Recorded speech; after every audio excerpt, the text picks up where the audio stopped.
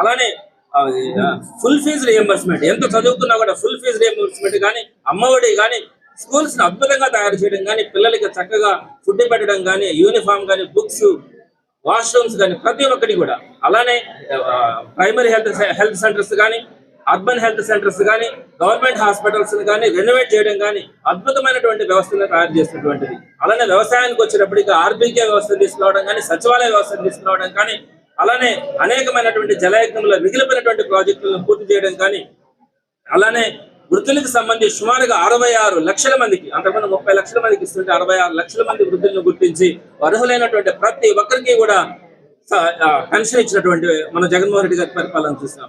ఇలా అనేకమైనటువంటి రీఫార్మ్స్ కేవలం 5 సంవత్సరాల్లోనే ఈ చంద్రబాబు నాయుడు గారు 15 సంవత్సరాలు కాదు, 16 సంవత్సరాలు కాదు, ఎన్ని సంవత్సరాలు ముఖ్యమంత్రిగా ఉన్నా కూడా తనకంటూ ఒక మంచి పథకం కానీ, అలానా వర్గం వాళ్ళకి మంచి చేసినట్టనే అభిప్రాయాన్ని కలిగేలాగా చంద్రబాబు నాయుడు గారు చేసినటువంటి ఒక్క స్కీమ్ కానీ, ఒక్క పథకం కూడా ఈ రోజు ప్రజలకు కనిపించే పరిస్థితి. రాజశేఖర రెడ్డి గారి గురించి కానీ, జగన్మోహన్ రెడ్డి గారి గురించి కానీ చెప్పుకుంటా పోతే సాయంత్రం వరకు కూడా చెప్పుకున్నటువంటి అనేకమైనటువంటి పథకాలు కానీ, గుర్తుపెట్టుకున్నటువంటి భారతదేశం ఫాలో అయ్యేటువంటి అనేకమైనటువంటి సంస్థలను కూడా తీసుకొచ్చినారు.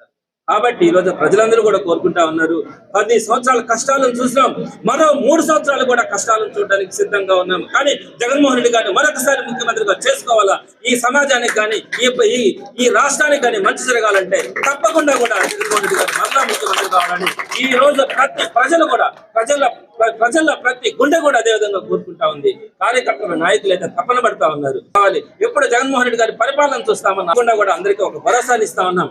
పార్టీలకు కానీ ఎవరైనా కూడా ఈ కూటమి ప్రభుత్వం కనుక ఇబ్బంది పెట్టాలని ప్రయత్నిస్తే మాత్రం తగిన సమాధానం చెప్పడంతో పాటు ఎత్తినటువంటి జెండాని దించకుండా 2029, 2028, 2027 ఎప్పుడు ఎన్నికలు వచ్చినా కూడా జగన్మోహన్ రెడ్డి గారిని ముఖ్యమంత్రిగా చేసుకోవడానికి ప్రతి ఒక్కరు కూడా సిద్ధంగా ఉన్నారు.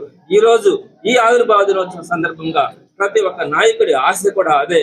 తప్పకుండా ప్రజలకు కానీ, కార్యకర్తలకు కానీ, నాయకులకు కానీ అందరికీ కూడా మరొకసారి ఈ వైఎస్ఆర్సీపీ ఆవిర్భావ దినోత్సవ శుభాకాంక్షలు తెలియజేస్తూ తప్పకుండా ఈ ప్రజలకు మంచి జరిగే రోజు తొందరలో వస్తుందని వైఎస్ఆర్సీపీ నెల్లూరు జిల్లా తరఫున అందరం కూడా ఆకాంక్షిస్తాం.